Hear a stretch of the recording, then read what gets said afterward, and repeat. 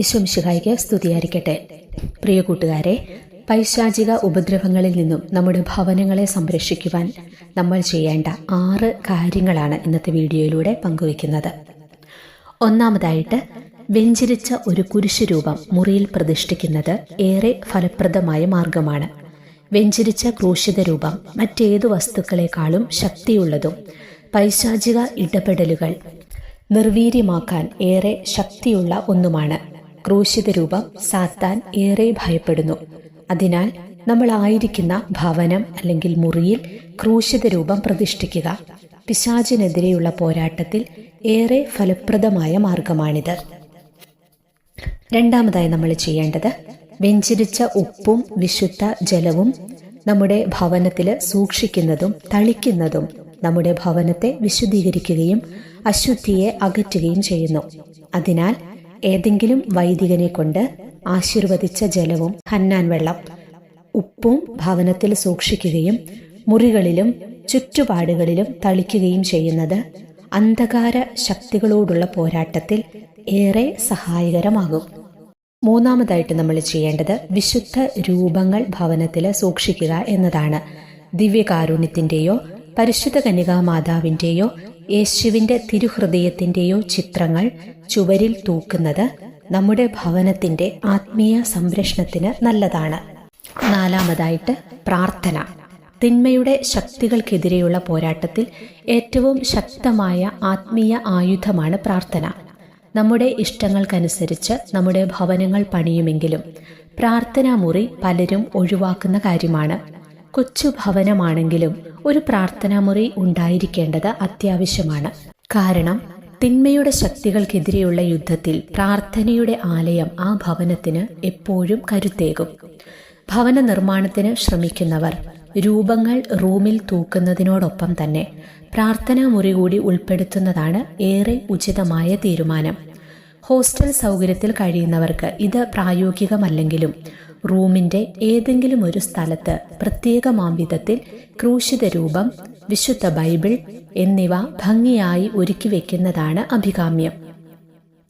ഇനി അഞ്ചാമതായിട്ട്, സ്തുതിഗീതങ്ങൾ കേൾക്കുക. ഗ്രിഗോറിയൻ സ്തുതിഗീതങ്ങൾ ആലപിക്കുന്നതും കേൾക്കുന്നതും നല്ലതാണ്. പ്രൊഫഷണൽ ഗായക സംഘത്തിൽ നിന്നുള്ള സീഡികൾക്ക് പകരം ഏതെങ്കിലും സന്യാസ സഭകളിൽ നിന്നും ലഭിക്കുന്ന സീഡികൾ ഭവനത്തിൽ മുഴക്കുന്നതായിരിക്കും നല്ലതെന്ന് ഭൂതോച്ചാടന രംഗത്ത് പ്രവർത്തിക്കുന്ന ആദം ബ്ലായി പറയുന്നു. ആറാമതായിട്ട്, യേശുവിൻ്റെ തിരുഹൃദയത്തിനും കന്യകാമാതാവിൻ്റെ അമലോത്ഭവ ഹൃദയത്തിനുമായി ഭവനം സമർപ്പിക്കുന്നത് പിശാചുമായുള്ള ആത്മീയ പോരാട്ടത്തിൽ ഏറെ ഫലപ്രദമാണ്.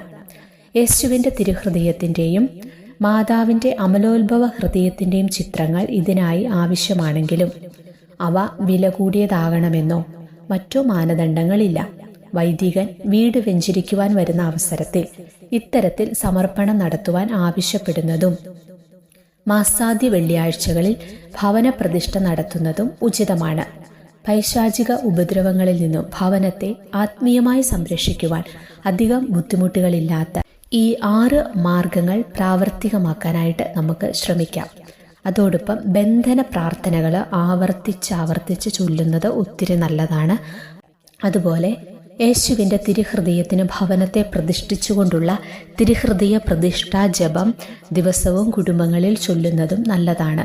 നമ്മുടെ ഭവനത്തിനു ചുറ്റും ആത്മീയ വേലികൾ സ്ഥാപിക്കാനായിട്ട് ഈ പ്രാർത്ഥനകൾ സഹായിക്കും. അപ്പോൾ ഉറപ്പായും പൈശാചിക ഇടപെടലുകൾ നിർവീര്യമായി പോകും. ബന്ധന പ്രാർത്ഥന അറിയാൻ മേലാത്തവർക്കായിട്ട് ഞാനൊന്ന് പറഞ്ഞു തരാം.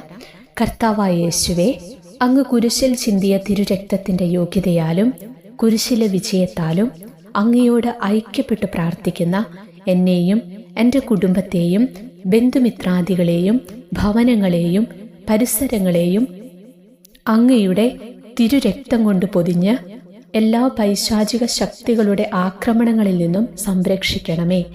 ഞങ്ങളെ ഉപദ്രവിക്കുന്ന എല്ലാ അന്ധകാര ശക്തികളെയും ദുഷ്ടപിശാചുക്കളെയും അവയുടെ പ്രവർത്തനങ്ങളെയും കർത്താവായ യേശുവിൻ്റെ നാമത്തിൽ ബന്ധിച്ച് അവിടുത്തെ പാദപീഠത്തിങ്കൽ വയ്ക്കുന്നു. ആമേൻ.